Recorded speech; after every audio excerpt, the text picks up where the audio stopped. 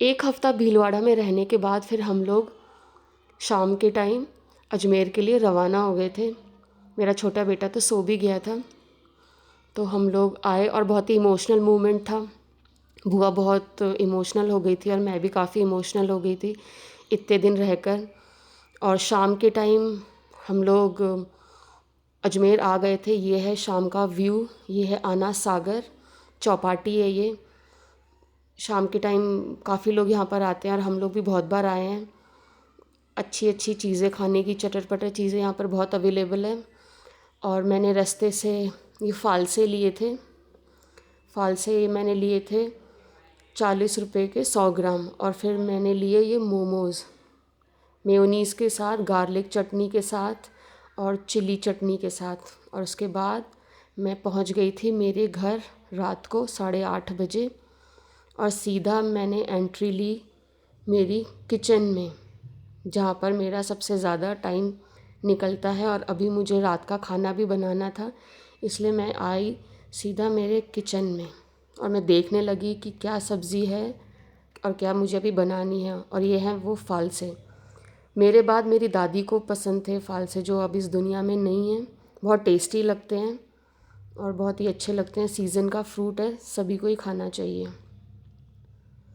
और ये है मेरे घर से रात का व्यू।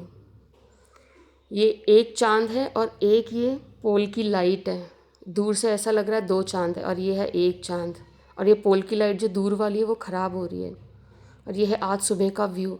आज सुबह बारिश हुई थी, इसलिए मौसम थोड़ा सुहाना है, नहीं तो बहुत चिलचिलाती और तेज़ धूप रहती है।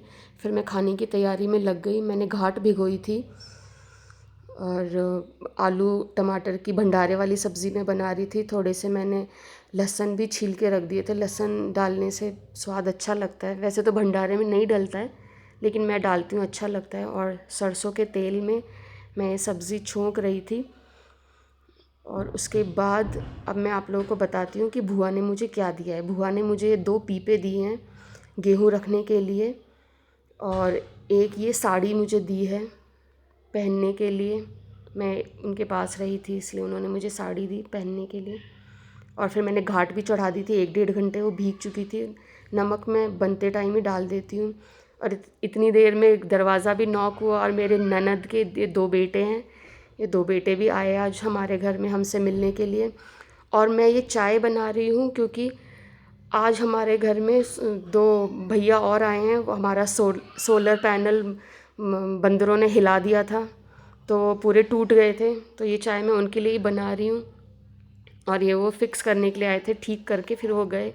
मैंने जो सब्ज़ी बनाई थी वो बहुत टेस्टी बनी थी, लेकिन जो छोटू था वो खा नहीं रहा था, वो कुछ भी नहीं खा रहा था, उसने मना कर दिया था। तो मैंने उसको लस्सी दी पीने के लिए। और फिर उसको थोड़ी सी मैंने चिप्स दी। नाना तो कर रहा था, लेकिन फिर भी मैंने उसको बोला बेटा खा ले, दोपहर का टाइम है। तो फिर उसने ये थोड़ा बहुत खाया। घाट के लिए भी मैंने उसको बोला कि घाट खा ले, तो उसने घाट के लिए भी मना कर दिया। ये राबड़ी भी कहते हैं इसको, जो कि घाट है ये। तो इसको दही के साथ और इसको छाछ के साथ, दोनों के साथ खाया जाता है। और गांव में तो इसको सुबह के टाइम ठंडी रोटी के साथ खाया जाता है। बहुत ही टेस्टी लगती है ये। टेस्टी तो है ही, साथ में न्यूट्रिटिव भी बहुत है। और जिन लोगों को नींद नहीं आती है वो ऐसा कहते हैं कि इससे बहुत अच्छा घेल चढ़ता है, नींद आती है। मुझे तो ऐसा कुछ नहीं फ़ील होता, लेकिन टेस्टी बहुत लगती है। तो आज के लिए बस इतना ही। और अब मैं मेरे घर आ चुकी हूँ। अब मैं मिलूँगी नेक्स्ट व्लॉग में। बाय।